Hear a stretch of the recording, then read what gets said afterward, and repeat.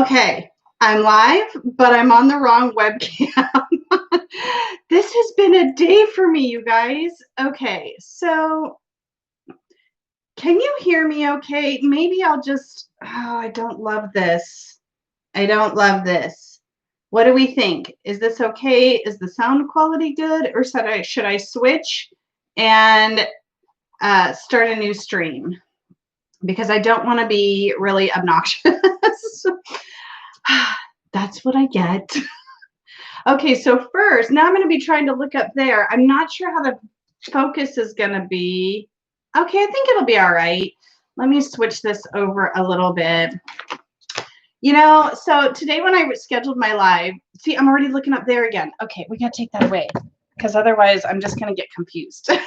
So when I scheduled this live, I had it set for like 1:15 p.m. my time. I don't even know what's up. Maybe I can lift. This is going to make me crazy. No, it's okay. I'm okay. My OCD will not kick in right now. It will not. All right, let me say hi to everybody.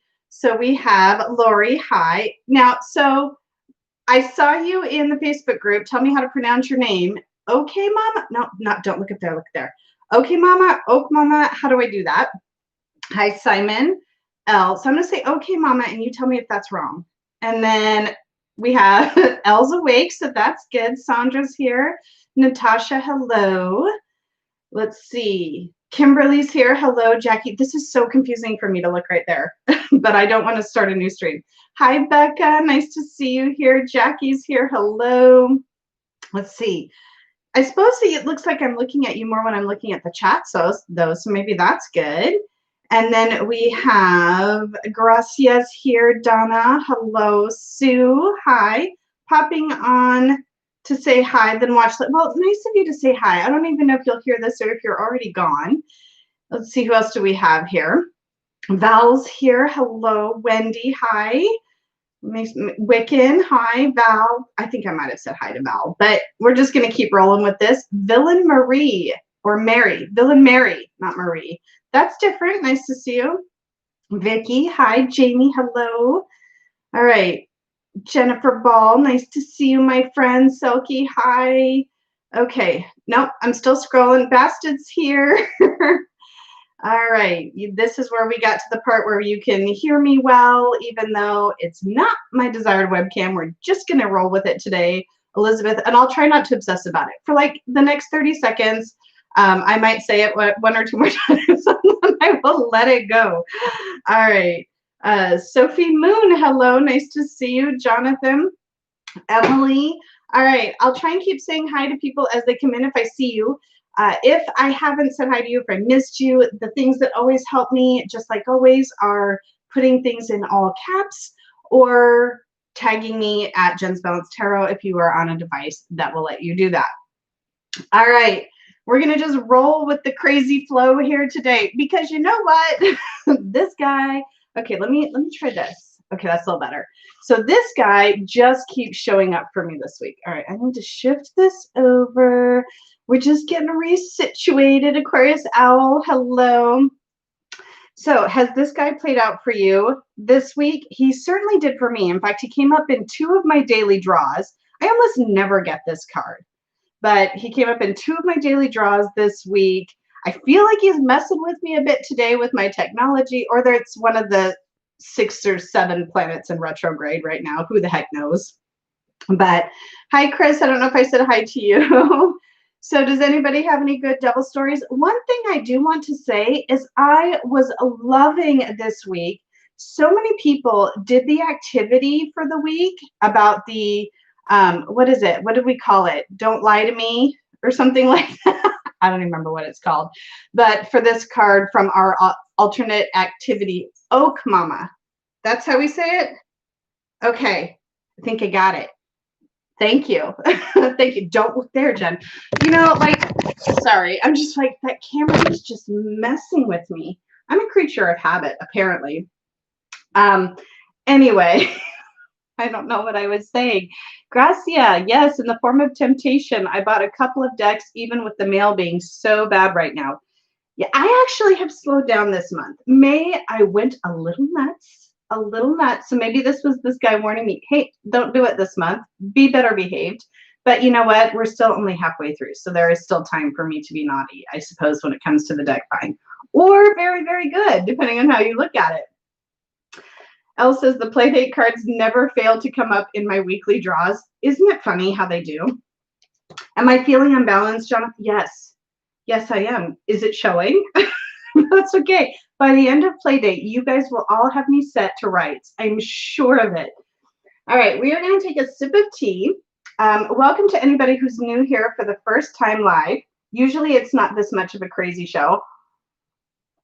I just want to prepare you, for all the things that could happen. But first of all, what we want to do, as we do every week, is gather a list of 5 questions that we will use this week's card to answer as we progress through Playdate using the card that we'll draw from the original tarot, as well as my 5 random decks that I have selected this week. So to make sure that I see your questions that we want to answer this week, and let's think about it from the collective point of view, something that applies to everyone. Put them in all caps for me, because then I'm likely to see them. And sometimes I take a minute to write them down. So the caps will help me find them in order that they are received. So what good questions have you brought for me last week? And I know there were a couple, or this week.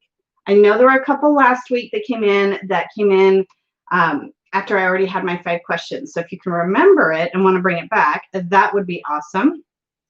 In the meantime, Lady D, this is your first time. Nice to have you here. Thank you for coming. All right. Elle says, how can I be a better friend this week? It's not very juicy. Yeah, that one works for me. So how can I, or we, right, be better friends this week? Can I phrase it like that, Elle? Is that all right? We can always be better, right? I'll take it. Thank you, Elle. All right, then right behind her, we have Simon with, what do we need to do to bring our conscious and subconscious into balance? Yes, let's definitely focus on how to bring things into balance right now. Thank you, Simon. What do we need to do to bring our conscious and subconscious into balance? I'm shaking this whole table because, again, I'm not used to my camera being here. I said I wouldn't talk about it for after 30 seconds. I fibbed. The devil made me lie.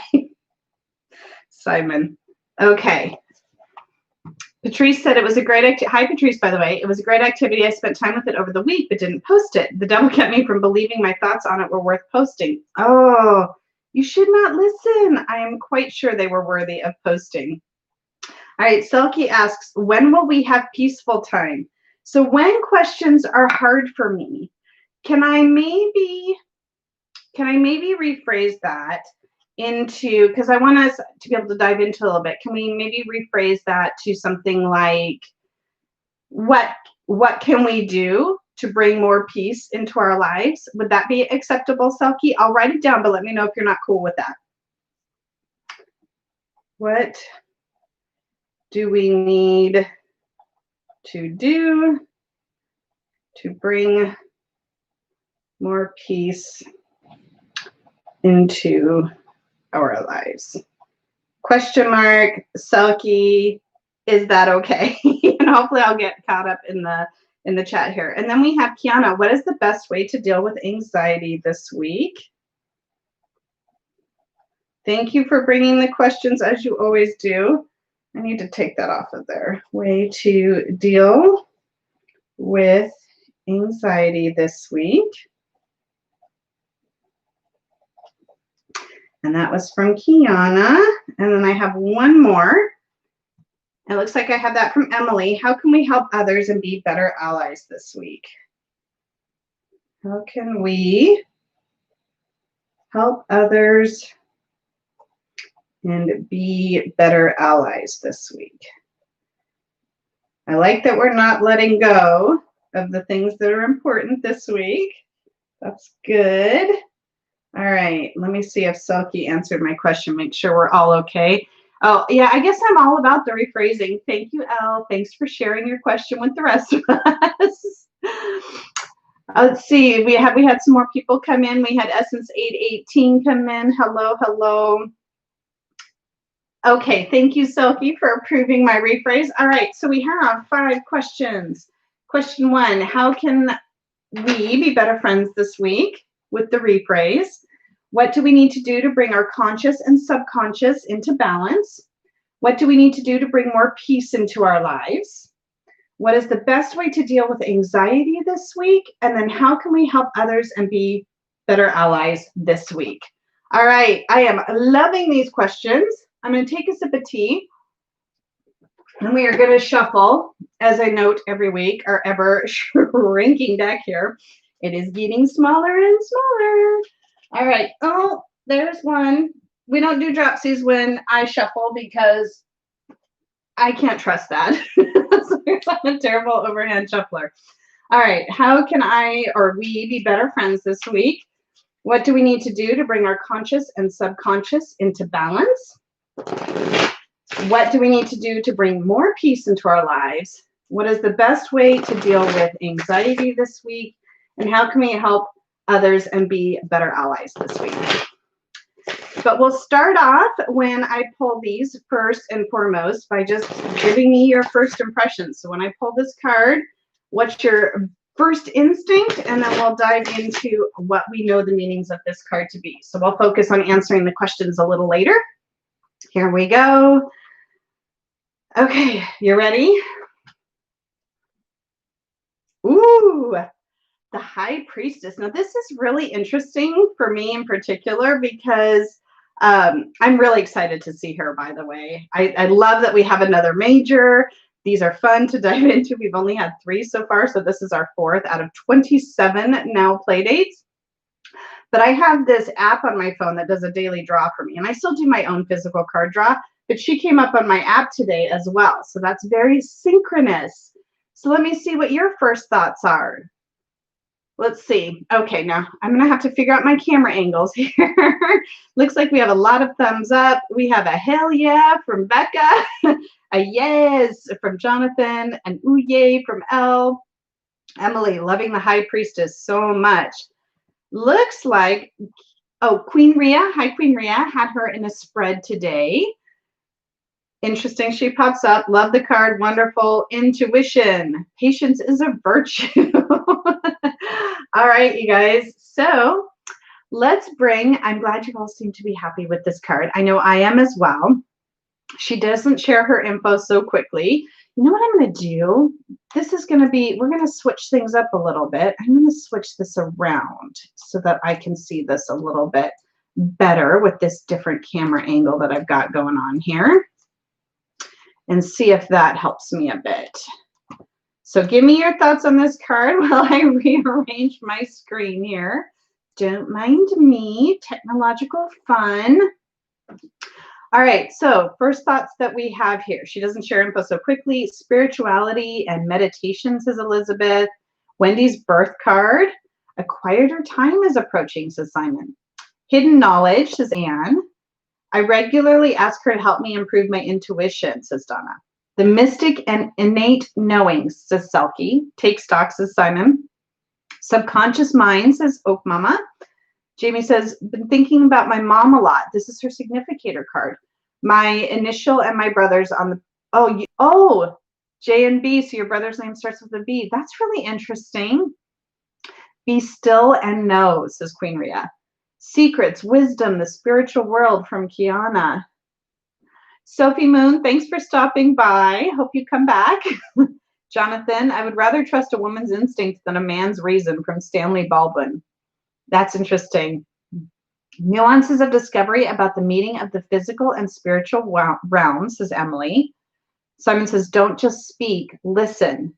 The healer, says Jackie. Finding strength from within, trusting your intuition. So Jamie and Brian are what these initials are in Jamie's family here. Some knowledge not yet known, subconscious, past lives, says Selkie. You know, this is a really interesting card for me because this year This is when I was at Newt's, we did a lot of exercises, right? We attended a lot of different classes. I did a lot of different spreads. And based on kind of what was going on in my life at that time, this was something like we did spreads on like what we aspire to be and what sort of point we want to get to with the tarot. And for me, she kept coming up, and it was I wanted to know that I could trust my instincts, trust my intuition, know who I am without necessarily having to seek external validation for that. So she speaks a lot to that for me in particular. Let's see, what else do you guys have going on here? Elizabeth, trust your inner wisdom. Yes, that's what I'm saying, Elizabeth. I wanted to do that. Jonathan, together the magician and the high priestess represent a father god and mother goddess relationship.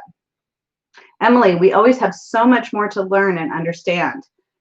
All and nothing is hidden, says Elle. Contemplation from Kiana. Listen inward, says Anne. With great knowledge comes responsibility, right? Yes, very true. Spend time on solitude and silence, says Elizabeth. Feminine instinct, says Jackie.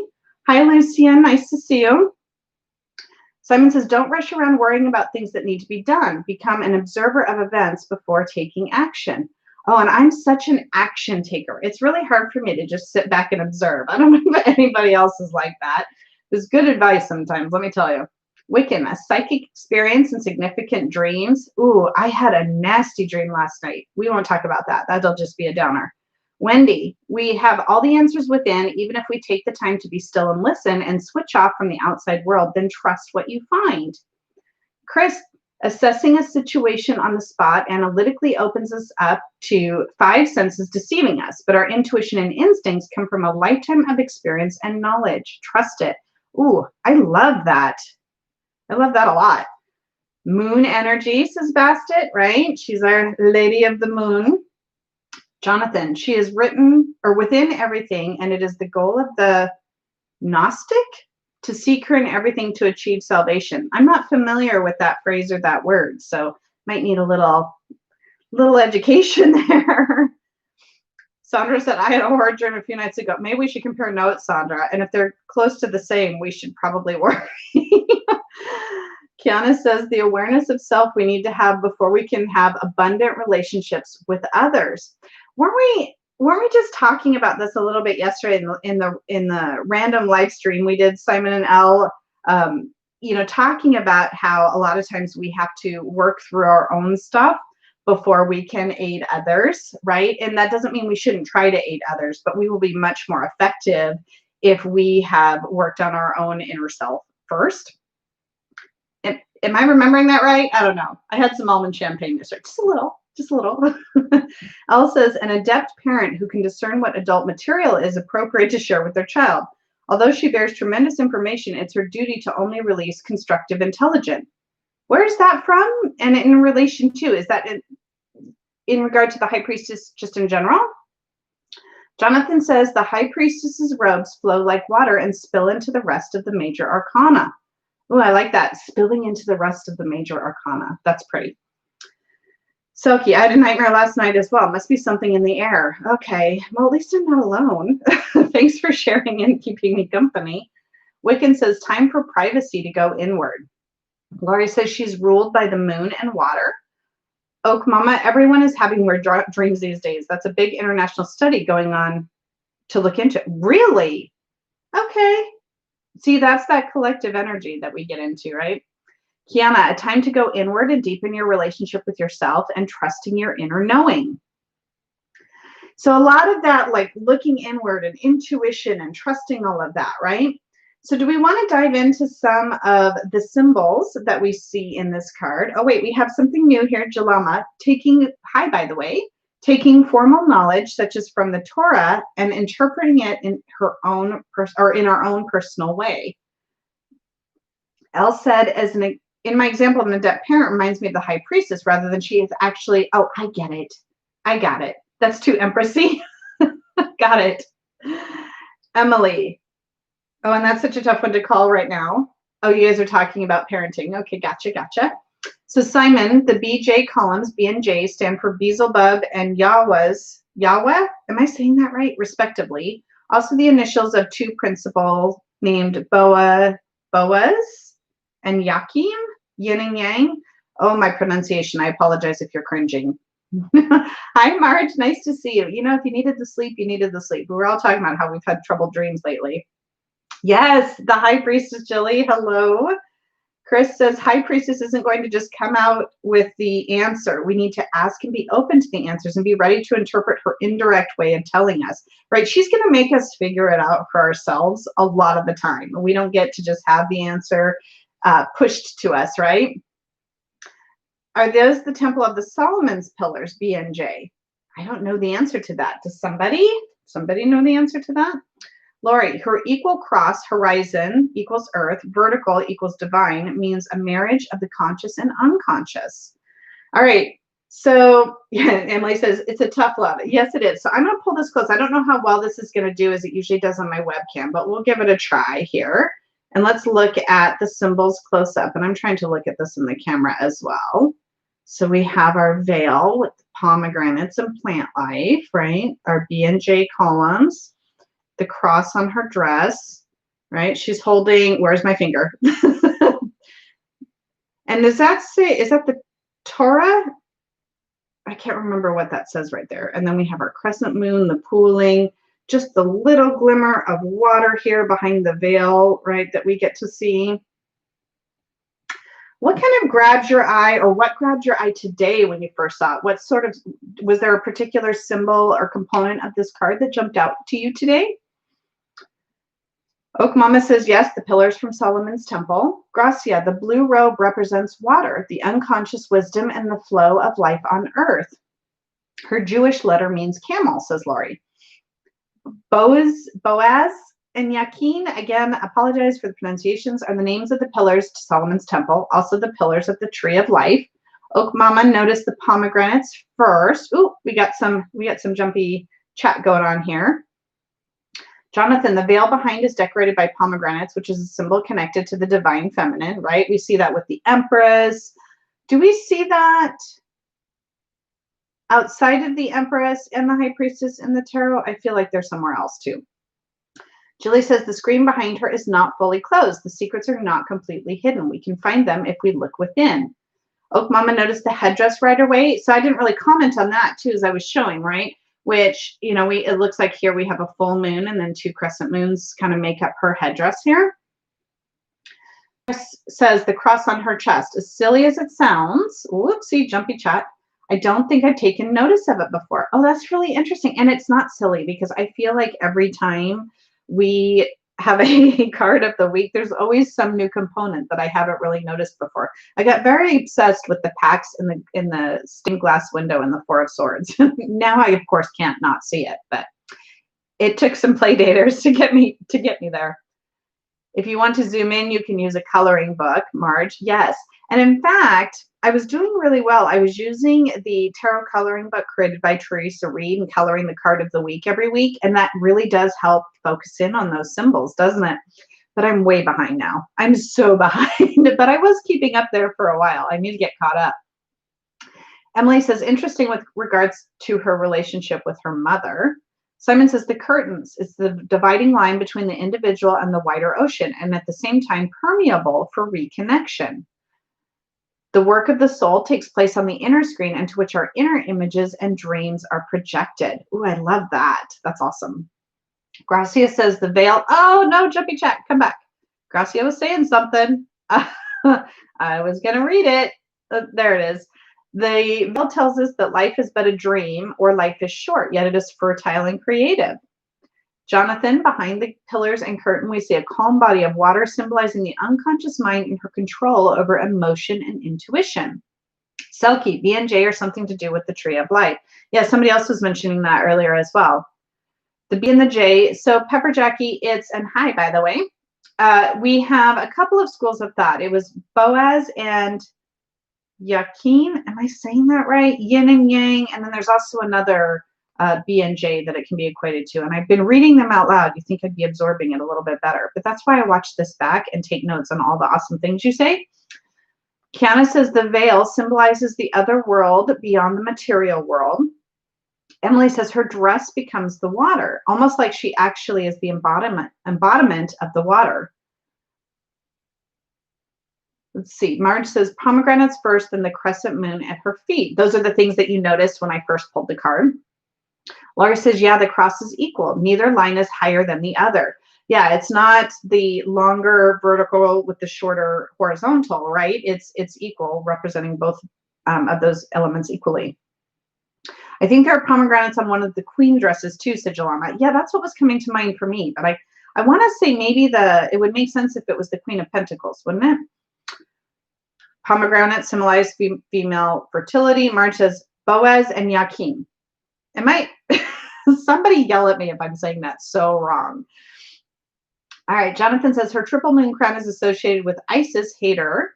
Oh, interesting. Selkie noticed the moon crescent on the floor and that lotus detailing on the columns. See, now, yeah, I didn't really point that out either, right? But the lotus detailing here, that's a good thing to point out as well. Yeah, we talked about the Empress having the pomegranates. Let's see. Oh, thank you, Elle, for posting a link to that tarot coloring book. It really is a great way to dive into the symbols in each of the cards. Kiana says the date symbolizes the date. Oh, like in here, in the veil, symbolizes masculinity complementing the female pomegranate. Oh, interesting. The headdress is the symbols of the triple goddess of Selkie. The robes being white for purity and the blue for truth, says Wiccan. Oh, we have somebody new seeing the body of water behind, right? It's you have to look for it, which is kind of the point of the High Priestess. Like, we really have to dive deep with her sometimes. Kiana says the moon symbolizes the subconscious and the emotions that lie beneath her or beneath the solar or external persona. Donna, the acanthus leaves decorating the pillars. Not sure what they symbolize, though. So some people, okay, so somebody see those as acanthus leaves or lotus. Interesting. The Persephone reference is valid as well. Oh, Queen of Underworld. Interesting. Jonathan says the pillars are reference to the temple that King Solomon built in Jerusalem. The High Priestess is the guardian of the temple, the guardian of wisdom. Simon says the pomegranates, the fruitfulness of spiritual life. This is what the palm and the pomegranate signify. Also, each is symbolic of sexuality, but behind the priestess's back. Interesting, though, right? That it's behind. El, the moon crown, the waxing, full, and waning moon, in turn symbolizing the never-ending cycle of birth, life, and death, and rebirth, as well as feminine archetypes of the maiden, mother, and crone. Selkie's noticing two pillars, right? And the number 2 card, interesting with the numerology related to 2. Kiana, blue and white robes. White is for purity, blue is for truth. So we have some agreement there. Julie says the magician is practicing his magic externally. Her practice is internal. Jamie, this will definitely be a watch back to catch everything, right? Like, I'll need to watch it back twice, I'm pretty sure. There's a lot of good stuff here. Wendy's saying there are peacock feathers at the back of the pomegranates. Interesting. I hadn't really noticed that or looked at it that way. Chris says, I think I've read a theory somewhere that behind the veil is the scene we see in the moon card, which would make sense, wouldn't it? Elle says the scroll is inscribed with the Torah, signifying the greater laws of the universe, such as the Hermetic principles.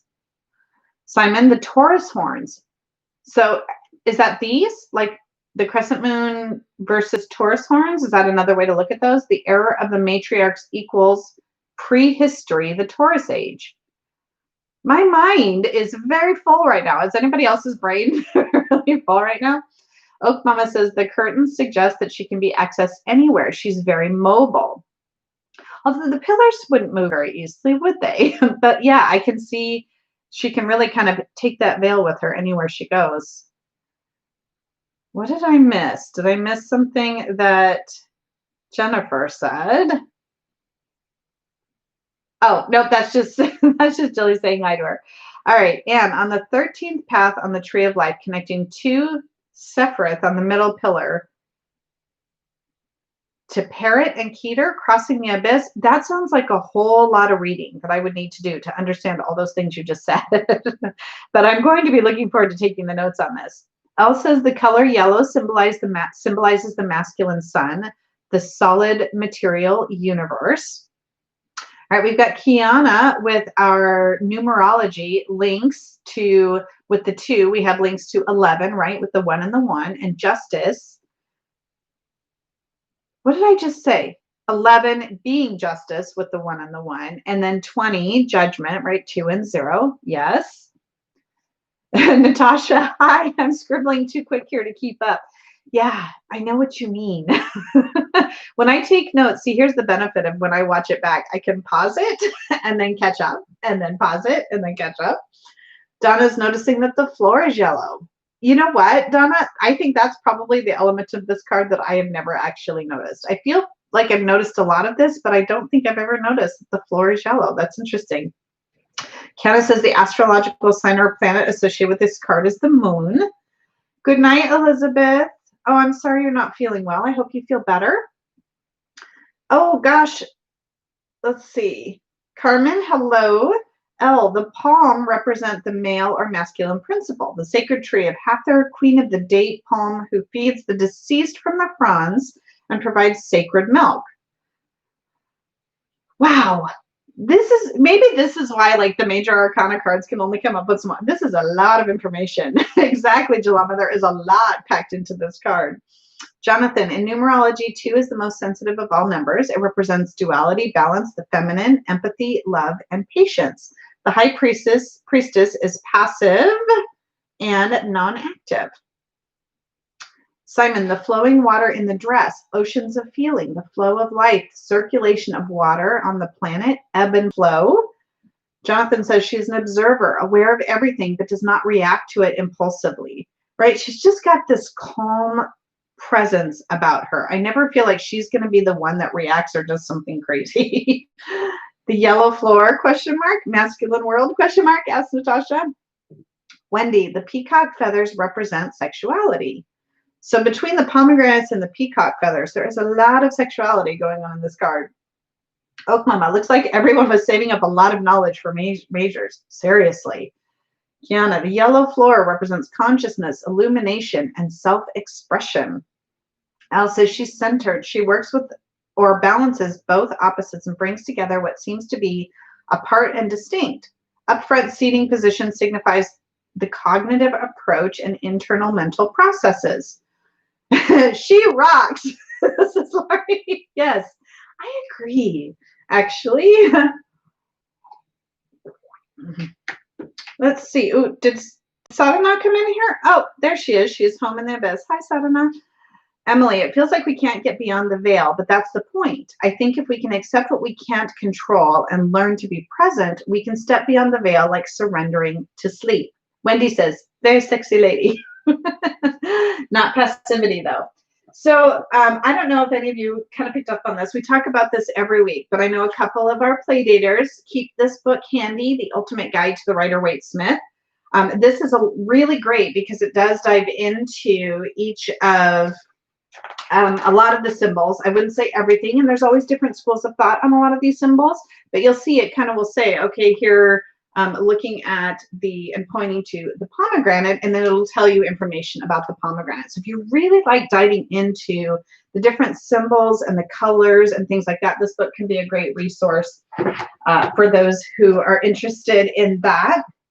Let's see what else you guys have to say, and then we'll get to pulling our alternative cards and answering our questions. Jonathan says she is often seen as someone who is psychic or interested in divination. If anyone in the cards would be a tarot reader, it would be her. Definitely. In her crown, are these symbols of the crested moon or the horns of Hathor? And I think we've had both people, or we've had both answers today in Playdate. So I wonder where do those different interpretations come from? Oak Mama says she's after the magician's word of power, Logos, and the Empress, the sprouting of life. Okay. I cannot wait till I take my notes on this. I might need an extra page in my journal.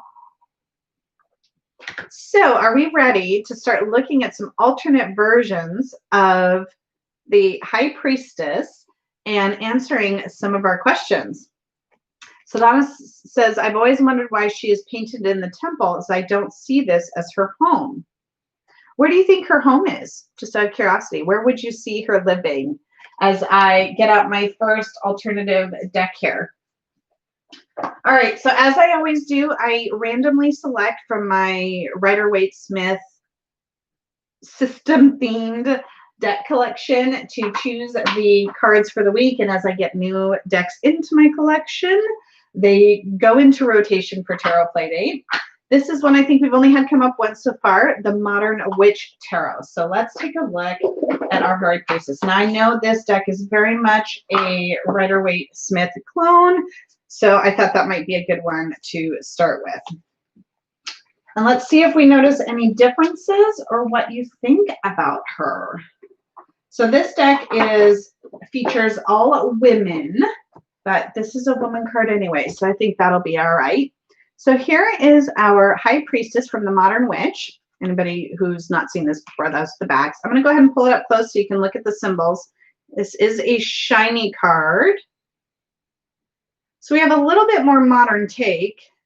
She's got her little laptop there and her very cute boots, if I do say so. But I like shoes. What do you think about her? Does she bring anything different? Does she convey anything different when you see this particular version of this card? What do you think? So Sadhana's cornering and edging decks, hanging out in the background. This is a great time for deck mods. While you're looking at that, Wiccan said 2 in numerology is harmony, balance, love, diplomatic. The High Priestess is the duality of body and spirit. Let's see. Elle had said the High Priestess is affiliated with Isis, the Egyptian goddess of magic. The threefold moon crowd above the head of the High Priestess portrays the 3 phases of the moon, but also speaks of illumination. Interesting stuff. Her head is not veiled, right? So she's just letting her hair hang out. Is that a modern thing? Does that changes the access to the information that she has or her willingness to be open? Is she the real Veronia or Veronica? What do you mean? Archie Comics. Okay, Veronica is what you're seeing, I think. Sadhana says she's likely in a cave or secret temple, only accessible to her tribe. Oh, when you were talking about how you don't think that's her home.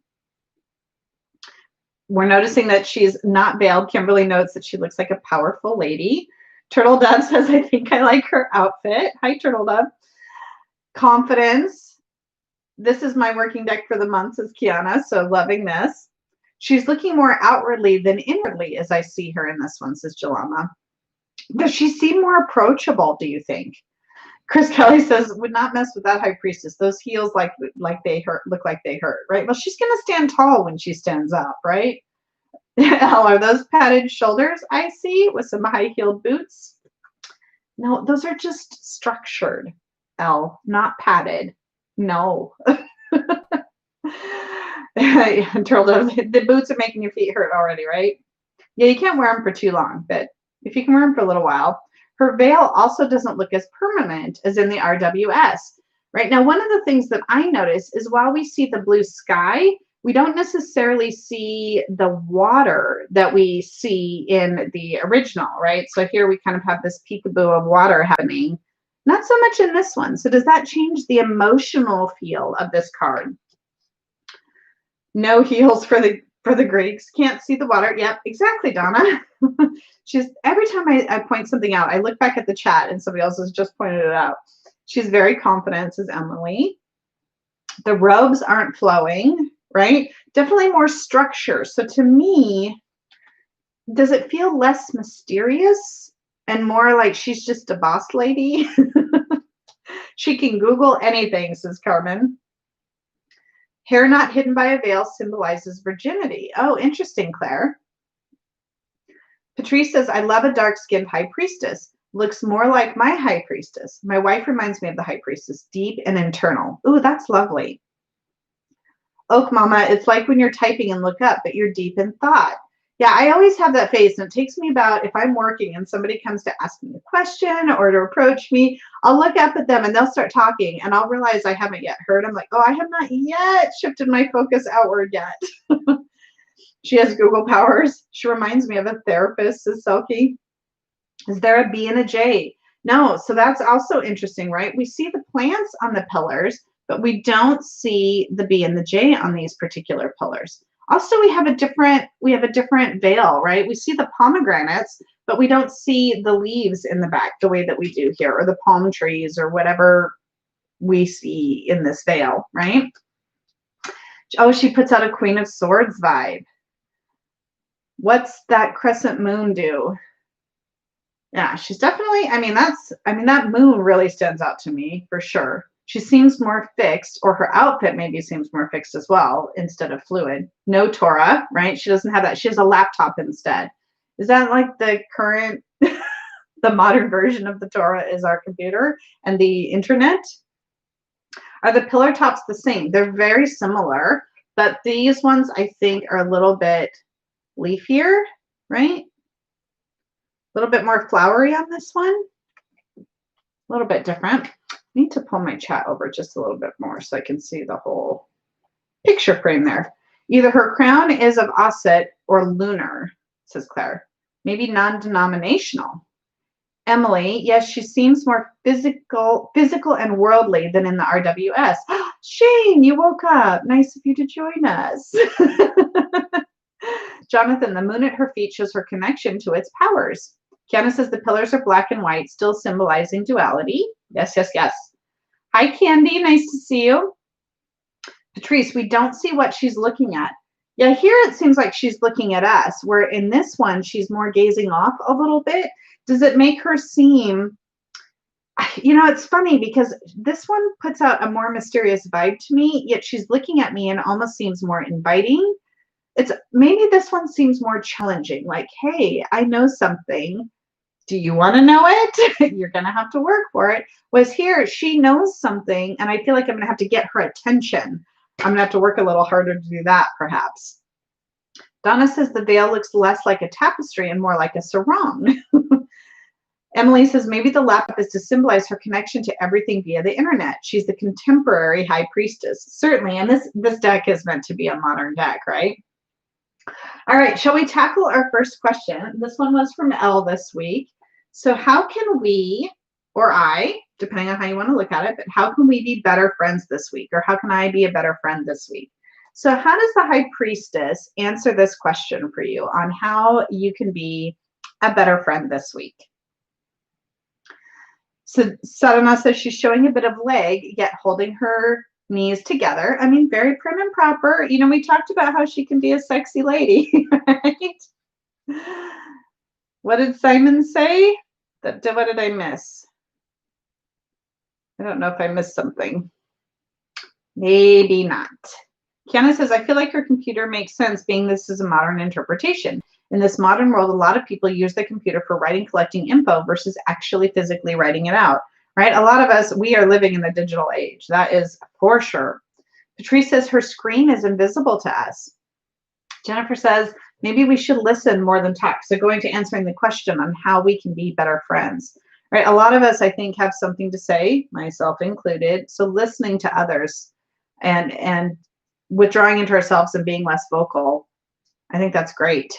Jonathan, in physics, the energy of the high priestess is potential while the magician is kinetic. Potential energy is the energy that is stored inside an object in a state of rest. True. Jilly says, to answer the question, look beyond what's on the outside. Look deeper. Queen Rhea, connect to my remote friends, laptop online, right?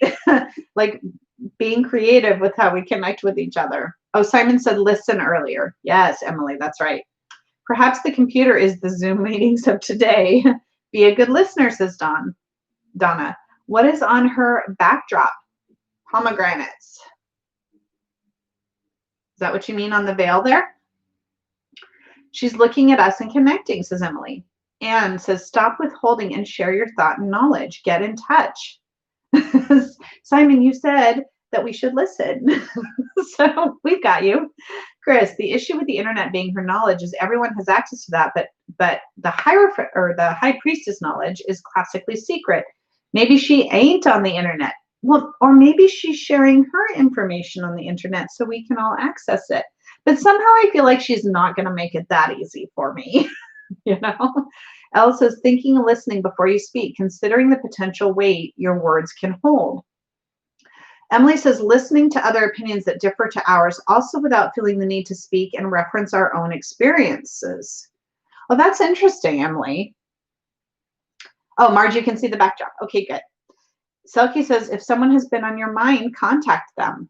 Jonathan, the high priestess manifests in our lives when we rely on our intuition to guide us. When we listen to our inner voice, our gut, and our dreams, this is how we are experiencing the high priestess. Jilly says, Elle, call your auntie. Donna, she's not wearing a cross, but the cross section of the pomegranates looks like crosses. Well, that's interesting. Interesting observation, Donna. Turtle Dove, I'm just hacked on the internet. Sadhana, yes, but the ancient texts, she would have access to authentic documents. How can I be a better friend? Listen, don't judge her modern vibe. Emily, I feel like she will help to advocate for others, so perhaps seeking support or guidance from elders or those in authority positions. Emily, who can be trusted? You know, one of the things that's kind of coming to mind for me as well, and this is kind of a thought that's just sort of formulating, but it's seeking that knowledge, right? How can we be better friends is to deepen our understanding and deepen our knowledge and make sure that we have done the exploration necessary to be able to speak and connect to others on the level that we need and want to. Candy, taking her wisdom to a community, not necessarily handing her knowledge over, but using it to support others. Don't gossip, says Lori. Okay, I think those are some. So, Elle, do you feel like your question was answered? Did we do all right there with that one? Thank you, Donna. All right, I'm gonna take a sip of tea, and we're gonna grab our next card or deck here. Let me put that back there. So now we're gonna go a little different with the deck. This is in my beautiful Shane bag here, because the box got destroyed in my puppy tarot disaster. The Spolia Tarot, which we haven't looked at for a while, but I remember it came up in, what was it, one of our swords, Knight of Swords. Chris Kelly says, I think she's saying we can be better friends by listening. Don't talk at someone and try and force a solution on them. Sometimes they just need an ear to listen. Yes. All right. Uh-oh, Simon's having connection problems with the storm. All right, here is our high priestess. She is something. So these are the backs of the Spolia Tarot, in case anybody wants to know what deck this is. So let me try and pull it in close and get some decent focus here.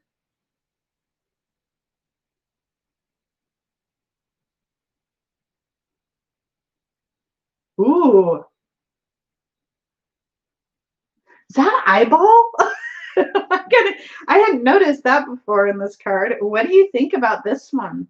Actually, the focus on this webcam is not that terrible. I might switch to this. Who knows? We'll have to listen to it back, see how the sound is. Yeah, don't get hit by lightning, Simon. Good advice, Jenna. The snake again. Yes, you were just talking about the snake in the Tarot Playdate Facebook group on another card, weren't you? Oh, I know which one. It was from the El Goliath, the snake in the El Goliath. Let's see. That serpentine knowledge again, right? So does anybody kind of take reference to the serpent and the teasing of the knowledge and going back to Adam and Eve? That's, I think, what you were referencing. Oak Mama, sorry, had a moment. Let's see. I was thinking that, Jen, no focus issues with this camera and the sound is great. Good to know. My little work laptop is a little bit of it's a workhorse. I'm glad this is working out, though. That's good. The disco ball above her head. Is that what that is? Marge? I saw that as the moon, but that could be a party moon. I can totally see that. Elle says, the swishy snake, thought and the pursuit of knowledge is never linear, right? You know, this is a collage style deck, but I think this is really gorgeous. Now, it's funny because she almost disappears for me in that snake. So let's take a closer look kind of at her. What is she? So she's got this sort of draped scarf. She's holding a book. We still have the crescent moon down here. I just now noticed that again, that she had her foot on that. I can't unsee that. I know that eye totally creeped me out. Elle said, I thought it was a pearl. So we've seen a disco ball, a pearl, and a moon. What's in her hand? A fish? So I think, so she's the book. I think she's just like, it's almost like she's lifting a finger up to the mouth of the snake. Is that what's happening? Yeah, when I get really close, my webcam does do a little bit better focusing there. The apple of the Apple logo has a bite in it. That's true, Clara, it does. Sandra says, I've thought about getting this deck. Elle says, like a pearl of wisdom. Oh, I like that if you see a pearl there. Emily says, it makes me think of the Gorgons. Oh, Silky. Sorry about the snake. I guess I should have warned you. We'll see you in a few minutes. I'll try and talk a little louder once we put the snake away. Donna says she's really stomping on that moon. Yeah, the disco moon could be a pinball. Life is ricocheting her life's decisions, just like the game ping pong. Oklahoma says there are many old images of Mary with her foot on the moon. Really? Oh, I did not know that. Val, she could be holding her finger up to the mouth of the snake to keep it from speaking. Like, shh, don't talk. Right?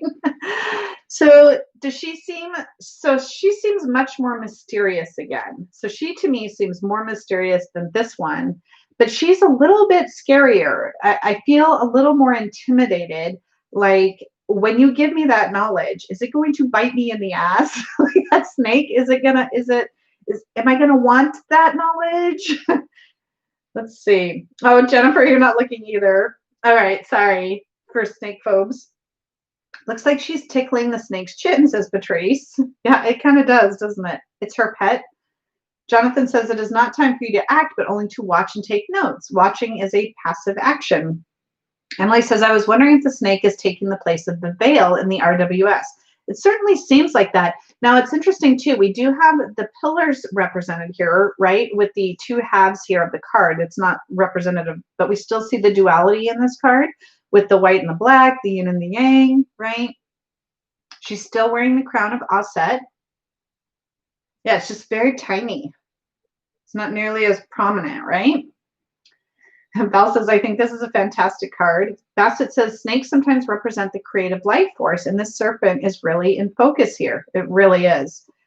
Emily says, the mythological tales of sea maidens who lure men to their deaths with the promise of knowledge, truth, and wisdom. See, that's maybe why she scares me a little bit. Perhaps she is warning the snake, says Shalama, but why? Elle, nurture or intuition, hand under the snake chin. Donna, the snake is more menacing barrier than the veil. It definitely is. It's a little more like, are you sure? You know, I have this phrase that I always say. It's like, don't ask the question if you don't want the answer. You know, if you're going to ask the question, make sure you really want to hear the truth and you really want to hear the answer. And I will never ask a question that I don't want the honest answer to.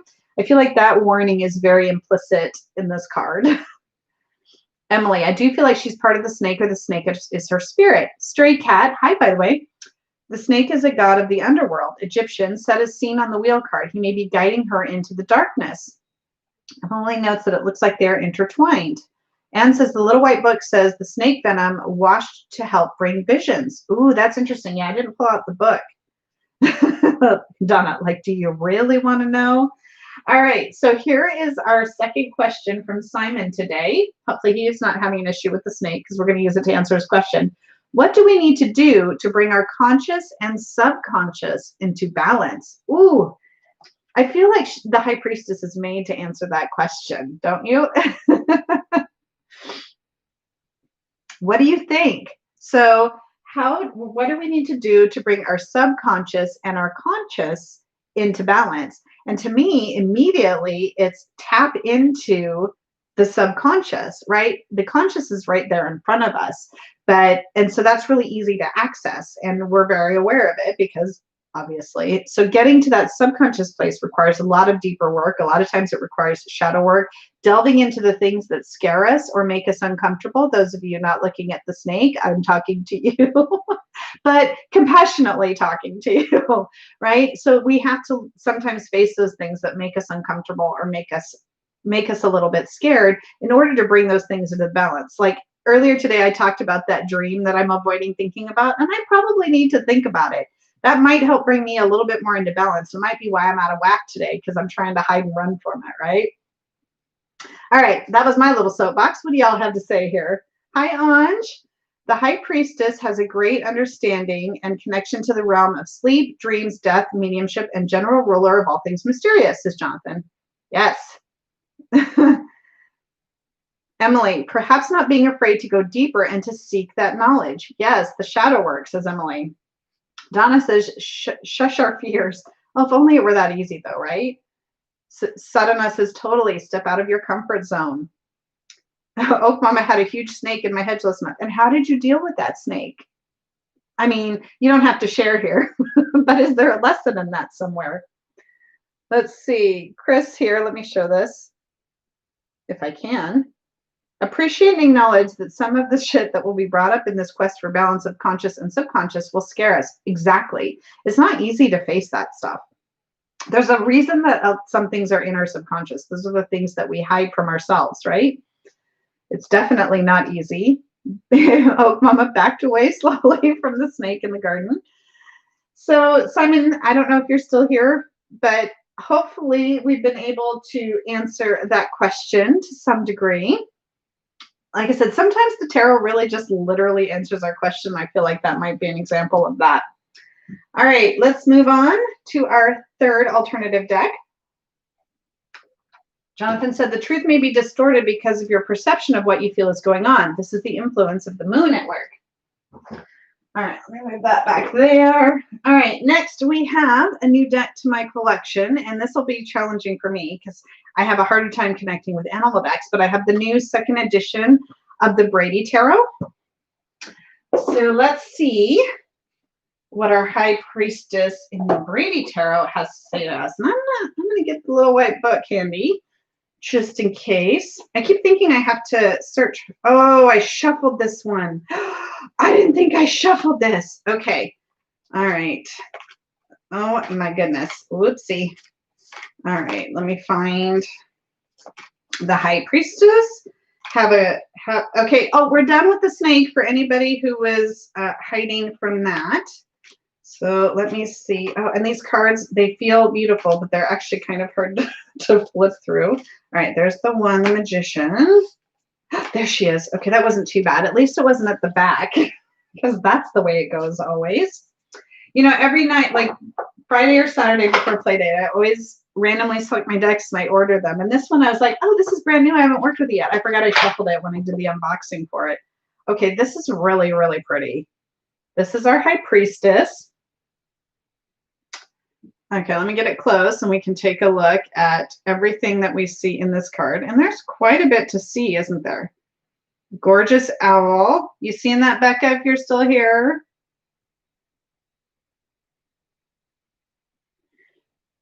So interesting.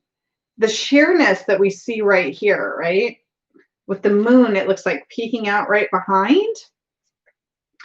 And then we have, oh, look right there. I didn't even see that before, but we have the triple moon right there. And then here, like we have this, is that sage burning? Maybe over there? Is that what's happening there? Some smoke cleansing happening? What do you think? The veil is lifting, says Bastet. The owl definitely gives me a strong wisdom vibe, says Kiana. Let's see. Yes, I am a Libra sun. So I don't know. I mean, I probably made that pretty obvious, haven't I? With the scales and balance and the things. She's literally controlling the veil in this card, right? It's, you know, she's holding on to it and choosing to lift or to not lift that veil, right? The great snowy owl, a medicine animal, comes to you in dreams. We've had a lot of talk about dreams and subconscious today, haven't we? It is a beautiful card. So does it make you, again, you know, I kind of, the accessibility and the secretiveness and the knowledge, how accessible do you think the knowledge is when you see this card? I feel, again, it's like this is all happening and it's dark out. We don't necessarily see the water, but we do see that moon behind. So I do feel, again, like this particular card shows you kind of have to dig deep and you have to be willing to dive into the subconscious more to access the knowledge that she's hiding behind that veil. Is there a full moon? That's what I see when I look at that. A full moon rising in the back. I didn't finish that question. Passed it. Hi, Naomi. It's nice to see you. Emily said she is the key. If we can tap into our subconscious, we can lift the veil. Yes. So let's see. Anj said something about the owl is connected to clairvoyance, astral projection, and magic. Owl is the night eagle, and it can see in the darkness. Oh, so that makes a lot of sense. Emily says, I feel like it's more accessible in a way. In other images, the high priestess almost blocks the way. So here the high priestess is more making way, right? Rather than being in front of the veil, being the one to show that she can lift the veil. Is the ground covered with snow? I think you could see it that way. It's either a barren landscape or a snowy landscape, depending on how you look at it, I think. So if you see it as snow, then there could be the water in the card, right? Emily says, but here she shows us we have the truth inside ourselves. Patrice says we can see through the veil. The moon is behind is visible. Looks like a half moon rising, half light and half dark. Oh, there it is. And that's our light and dark, or our white and our black. Yeah, I totally see what you're saying, because now I can see the shape there, right? And this looks dark. Yes, good observation there, Jonathan. Chris Kelly, owls for me are strong symbols of wisdom. If I'm going to this high priestess with a question, I feel secure and in good hands, and I can trust whatever advice she gives me. Do you feel a little more skeptical with Despolia priestess? Definitely has Native American vibe for sure. This whole deck does, and I need to do some learning about that for sure. Jalama, the owl is a powerful symbol. You have to be looking pretty closely to see an owl in real life. They are quiet and watchful. Oh, Elsa, interesting. I thought it was water. What did you think was water, El? Which part? Emily says, like the ocean. Stray Cat says she holds the tension of the balance of the yin yang, positive, negative, held between the two poles. Anj says, owl medicine know about our inner life. Chris says, no, I love snakes. So this one's not scary. Prefer the Brady to the Spolia for sure, says Emily. Selkie, in real life, it is hard to see an owl in a tree. They melt into the tree trunk. Elle said, oh, and it's in line with that school of thought that behind the veil is the moon card scene. Oh, yeah, that we were talking about earlier, right? From the original High Priestess. What does the owl have in its mouth? Does it have something in its mouth? Oh, there's a feather with something, but I don't know what that is. My other camera maybe would focus a little bit better on it. I don't know what's hanging from it. Could any of you tell? Oh, my camera got really choppy. That's very strange. All over the floor. Oh, yeah, this was water all over the floor. Well, some people saw it as snow, so maybe. I thought the curtain was set up on a moonlit beach, says Oak Mama. Anj says, owl is oftentimes the medicine of sorcerers and witches. This can represent being drawn to magical practices and dark arts. Looks like braided or beaded leather cords, says Donna. Yeah, I can see that.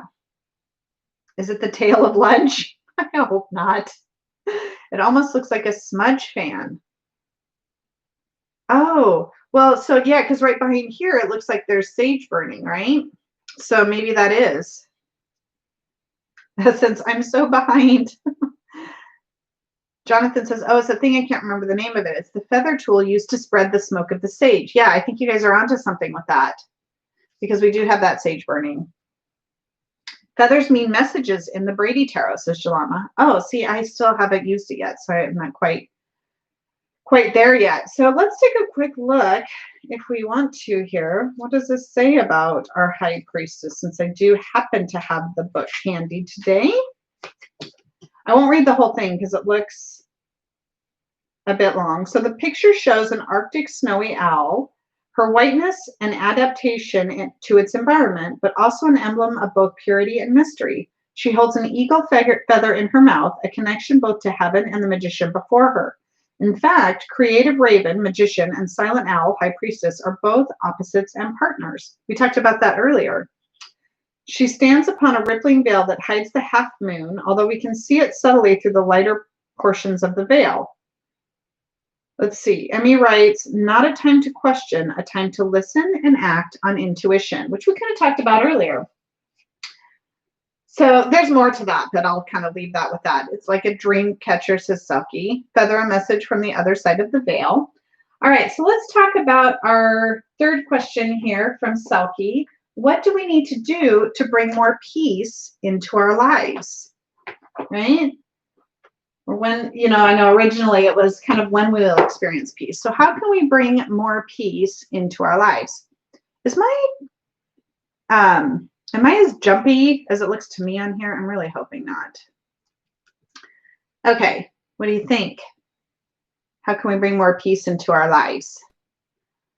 Be willing to look beyond the veil. Be willing to look beyond what's right in front of us, right? Sometimes things can seem, and especially right now, things seem very chaotic, very stressful, a lot of high energy, the protests, the movements, right? A lot of people are frustrated and angry. So I think maybe we need to lift that veil and reveal some things so that we can truly experience peace. And we need to stop hiding behind or pretending like there's nothing else going on beyond that veil is kind of coming to mind for me. It's really easy to say, okay, you know what?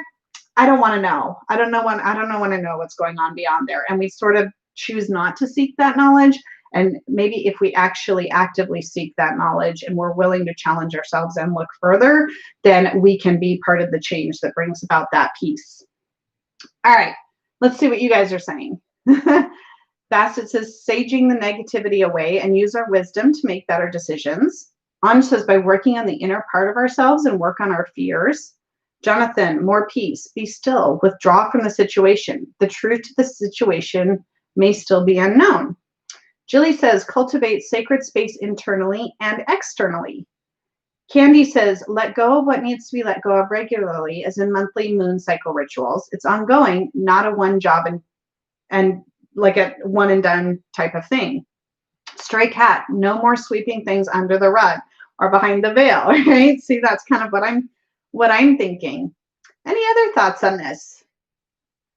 What do you think, Selkie? Does that, you said earlier like a dream question or catcher. Do you feel like that answers your question? Emily says, was just saying it's the same landscape as the Two of Swords, except there's so much conflict in the two and we are conflicted. But yes, agree, if we can listen, learn, and be content with being wrong, we can access deeper layers and lift the veil, right? So lifting that veil is, I think, very critical. And especially when we see it in this particular image, in this version of the card, lifting that veil is the key to us finding that peace. Jonathan says things are currently in a stage of fighting out what the emotional connection is. Chris, this is the only high priestess that looks like she's on the move. So I'm going to say don't be totally passive. Appreciate that we may need to take action to achieve that peace. Yes, I love that. All right, I'm going to keep us rolling here, so don't keep you too long. And let's take a look at our fourth deck here. Unlearning internalized racism. Yeah, right? Unlearning the things that have kept us from the truth, right? All right, my next deck is a brand new one to my collection as well.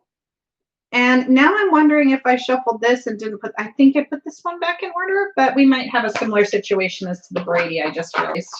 Because, yep, I was in denial about the fact that I shuffled these when I opened them. So these are the backs. This is a beautiful deck. Let me get our High Priestess out here. Oh, she was right at the front. Thank you. Thank you, lady. Appreciate it. All right, let me get the book out for this one too, because it might be helpful. So this deck is really interesting. It's very simplistic. And somebody described it, I think it was Corbin Green, said it's kind of like a cross between the Brady Tarot, not the Brady Tarot, the Spacious Tarot, and something else. Or it might have been Casper Boy Diviner, one of them. All right, let's take a nice close look at this particular High Priestess. Let's see what we've got here. That moon. What is she holding? Looks like magic.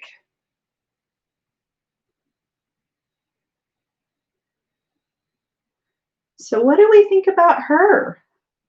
She's wearing the veil. That was the very first thing that I noticed, Jonathan, as well. It's like she's actually wearing the veil. It'd be really interesting if she lets us look behind that. She's standing in water. Oh yeah, I can see that. I love this like crystal here too, and the big giant full moon in the background. This has a lot of moon card vibes for me, for sure. Emily says, I'm examining every aspect of my life that has been conditioned by the underlying systemic racism that we are all part of. It may not be our fault, but it's our responsibility to make the changes. Yes, ours and personal faults. Exactly. Kardashian before the implants was my first thought. Marge, how can you even, oh, I was like, how can you even tell about the implants? But then I realized what implants you were speaking of. Judgy. Donna, is that a constellation she's holding? Yeah, it definitely looks like she's holding stars or magic to me. I don't know if it's a particular constellation. It doesn't look familiar to me, but that does not mean it's not a thing. Is there a black crystal opposite the white crystal? Yes, there is. Thank you for pointing that out. There is our duality that we look for in this card. Good call. It is very dark, but can you see it? Do you see the point of it's right there? Right? So we do. We have a black and a white crystal representing our pillars. Very good, Marge. I got to stop being the class clown. You know, we got to have one, right? Holding the stars. Interesting that her back is to us. I thought so too, Patrice. It's almost even that much harder to access her knowledge. But in a way, I feel like she's leading the way. You know, it almost feels like she's like, follow me. Come with me and I'll show you the way. That's kind of the vibe that I get. It feels quite Starseed inspired, says Emily. Is that the name of the deck? No, Star Seeker. Yes, Star Seeker Tarot. Chris asks, is she casting that shadow we can see on the moon? Is there even a shadow or are my eyes deceiving me? I think what you might be seeing, I don't know if that's what you're seeing, or are you seeing the veil that's covering her, this very transparent veil that she has here? That hair, very long. Yeah. Just like the rest of us, she hasn't been able to get a haircut for a while. I'll read from the book for this one too, a little bit. Let's see if that kind of reveal. Oh, Elle's now seeing the veil. The high priestess walks through the gateway, separating mundane from magical.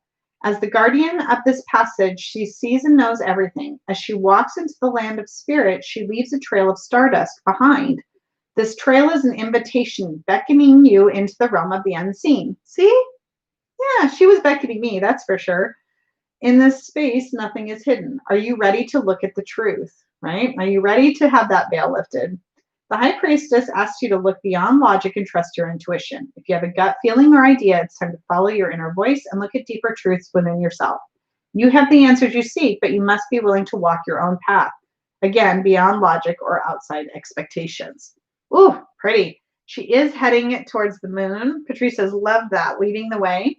Marge, the right hand is most people's dominant hand. Not mine, though. She is on the left side of the brain, then. We can look into what science says on that.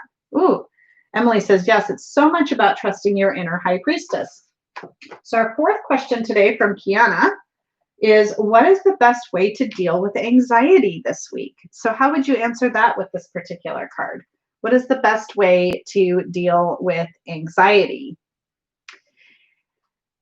For me, while you guys are thinking, and I don't want to have dead air here, but maybe for me, it is about following the lead of others who can guide me to the knowledge that I seek, right? I'm really looking to learn from a lot of other people right now, especially speaking on issues that people of color have experienced as issues that they have experienced, the experiences that they've had, right? So that I can become more aware and lift that veil for myself on the inherent systemic racism that we have in this country. So that is very prevalent for me right now. So that's something that is kind of important to me. It's like the more knowledge I have, then the less anxious that I feel. I don't know if that's true for everyone. Some people get more knowledge and they feel more anxious. But for me, the more knowledge that I have, it tends to calm me because then I have better understanding of what's happening. Let's see. Confront your fears, said Chris Kelly. Throw some stardust around, says Natasha. Oh, I love that. Let's just like sprinkle some magic. That'll calm our anxiety. Here I am being all serious and moody. Elle says, diving within. Don't be afraid to get to the source. Bastet, trust your inner guides and follow your own path. We might not see it yet, but we have to trust that it's there for us. Chris says, approach and examine the things that are creating that anxiety and call bullshit on anything that is not real. I love that. Like, dive into why we are feeling anxious. Don't be afraid to look at that and explore that, because a lot of times when we run away from that feeling, then we never get to the root of it and we never actually calm it. Emily, sometimes it's so hard to trust yourself if you have anxiety, but if you just think about how you would speak to your best friend or your loved one and look in the mirror, you can see the truth, right? And then there's that compassionate voice that you need to have as well, because sometimes we can get really frustrated with ourselves when we're feeling anxious, we're not sure how to resolve it. We might be very critical. And if you turn that around and say, well, would I say what I'm saying to myself to that friend of mine? I would not say that. We need to be as compassionate to ourselves as we would be to others. Jalama says, listen to your body for intuitive knowledge, what sets off your anxiety. This helps bring it into your conscious knowledge. Jonathan, instead of pushing it away, you must embrace it. The mystery of the High Priestess means that you may not have a full and complete understanding of what is going on. Mar says, everything's better with glitter. Happy Pride, y'all. Yes, happy Pride Month, everyone. Jilly says, I think it's hard to learn or confront or do much of anything without first getting myself to a place where I can do those things. For me, this means sitting and breathing, right? Meditation practice, very helpful with this. Emily, yes, so much about self-compassion and self-love. Valium, that's one thing. I'm not sure that helps lift the veil, but I do understand that sometimes that helps. Kiana, yes, thank you for your question. Okay, one more card, you guys, and then we'll talk quickly about reversals, and we'll get an activity for the week that I hope you all will participate in as much as you participated in the one from the Devil card, because that was awesome. All right, this one, I think this will end us on an interesting, fun, quirky note, because the last deck that I have here is the Shadowland, the Shadowland Tarot. So we'll have some quirky creature in here for sure, with its awesome guidebook, and I'm sure lessons that can be taken from that. This one is actually in order this time because I knew I had used it. All right, let's see what our Shadowland Tarot High Priestess has to say to us today. All right, here's our quirky gal. Let me know what you think. Bats, stars. So here she's got definitely the horns, but she still has a moon right there. She has a broom. We still see the pillars in the forms of the trees here. She's holding a book. She's got a fun outfit. What is that little? She's got another little creature down here hanging out. Read Emily's last comment on that last card. Okay, let me find it. Emily had said, and we need to give ourselves self-care right now. We can't all single-handedly save the world, but if we make small changes and help others to also, we can really make a difference. Absolutely. Thank you, Emily. All right. I love her. I'm getting crone energy, says Emily. That little bat is gorgeous. Isn't it cute? I don't usually like weird, creepy, cute decks, but this one has really grown on me. I'm glad I gave it a chance. It was kind of like the Everyday Witch when I first got that. I was like, there's way too many pointy hats. But now I love that deck. I feel like that's happening. All right, so again, she is wearing the veil, says Jonathan. All right, so we see a lot of the symbology in her veil. Now this one here, and her necklace too, right? She's got some cool stuff. And then this background, it looks like we have a bit of a lake here behind her, perhaps. We got a lot of, I love this card. I love this card. She looks she looks like me in my garden today, says Candy. Lori says, I've been cutting my hair while listening. Talk about feminine liberation. Yes. Jalama says the star for intuition, the bat for looking at things in a new perspective, right? Kind of bringing in a little bit of that hanged one energy. Emily says, such a cute deck. I've not got it yet, but I think approach to Samhain, it's happening. Standing honor in the moon, right? So oh yes, we do still have her standing on that moon down there. I didn't even catch that, so thank you. It's the bat from the hangman, says Elle. For sure, crone energy happening here. So she again kind of brings back that accessibility to the knowledge. I feel like she's just waiting to share it with me. She's like, I'll talk to you. I'll share it. All you have to do is ask, right? She seems very approachable to me. Does anybody else feel the same way? Emily, yes. So quite a change from this one who's beckoning us into the beyond, where this one seems to be saying, yeah, let's sit down. Let's have a chat. There's a campfire nearby. I'm sure there is, right? So our final question, she's balancing on the moon. So cute. Our final question, this one was from Emily. How can we help others and be better allies this week? Ooh, how can we be better allies this week? And right here with this particular one, based on what I just said, it's sharing information, right? And not looking to the people who shouldn't have to tell us, right? We need to do our research. We need to search for this knowledge, right? We need to actively seek it. We need to be willing to lift the veil. All those things that we've kind of talked about throughout the course of Playdate, I think are really important to helping us be better allies. Let's see what else we have. Emily's ready for s'mores. Jonathan, I'm wondering what's up with the broom. Getting witchy energy, right? Well, she's kind of a magical lady, right? The High Priestess. So maybe that's kind of her version of, sprinkling stardust, right? Or if you're not willing to access the information she's maybe willing to share, she's going to get on that broom and fly away and say, you're on your own if you're not gonna actively work with me here. Get on our brooms and take action, says Elle. Aquarius L says, just got this deck, haven't spent enough time with it. Love this chick though. Sweet grandma energy, says Selkie. Jonathan, Stray Cat said maybe it's to sweep the cobwebs out of the subconscious. Ooh, that's a good one. I like that. Wendy, help with cleaning using the broom, right? Get outside and bring the wine, says Jilly. What time is it there, Jilly? Is it almost time for wine there? Emily, yes, sharing time and energy and info, having those conversations with family members and friends. Chris says, in the guidebook, Monica B prompts us to think about how we gain knowledge and how to do so respectfully. That's a really great key component of this, especially in relation to this question. In this time, we do this by listening to the people affected by current events and not assuming we know.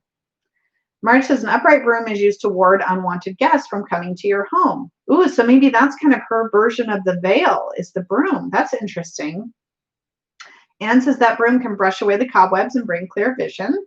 Elle says be active, do the work. We have no excuse. A plethora of resources have been shared. It's our responsibility. Yes. Shelley says it's wine time somewhere.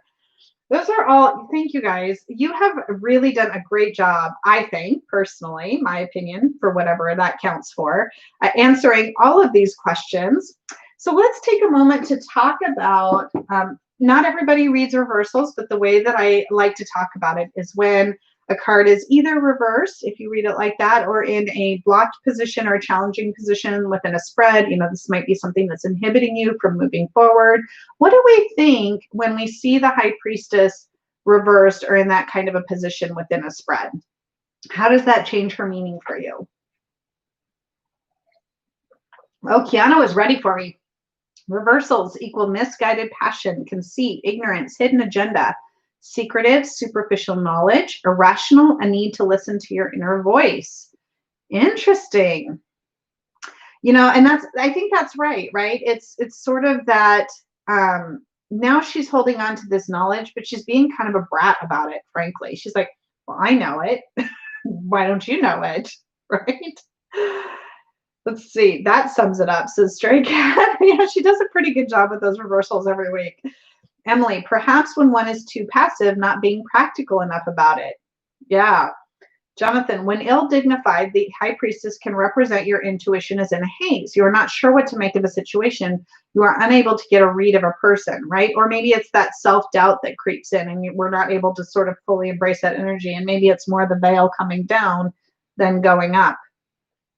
Kiana says more about the reversals, the need to get involved in outer activities to be with people. Communication, sharing ideas and knowledge, illusion, delusion, deception, ignoring inner promptings. Elle said, FML, I've not been watching this live. Are you behind? Is that what that means? Bastet, not being able to tap into your intuition. And since her symbolizes water, it seems that your emotions might be the reason for it. Bye, Wendy. Thank you for being here. That is all great stuff. And keep it coming, but so that we can end right on time today, why don't I give you the activity that we have come up with for the week? Again, I still keep this book in the mix, the Tarot Playbook, because we originally, when we launched this, we thought, okay, let's work through these activities. But I know a lot of people didn't love all the activities, but sometimes they're fun. I see that, but I haven't looked at one of them in ages. But I do put it up every week. So this week, the High Priestess activity is called First Impressions. It's a pretty picture, though, in the book. This is on page 16. And this is a way to kind of connect with your deck. And it looks like you kind of pick like your favorite and least favorite cards throughout the deck in each of these different areas. Not exactly sure. Again, I'm not sure it entirely connects with High Priestess energy, but we have an activity for you that will.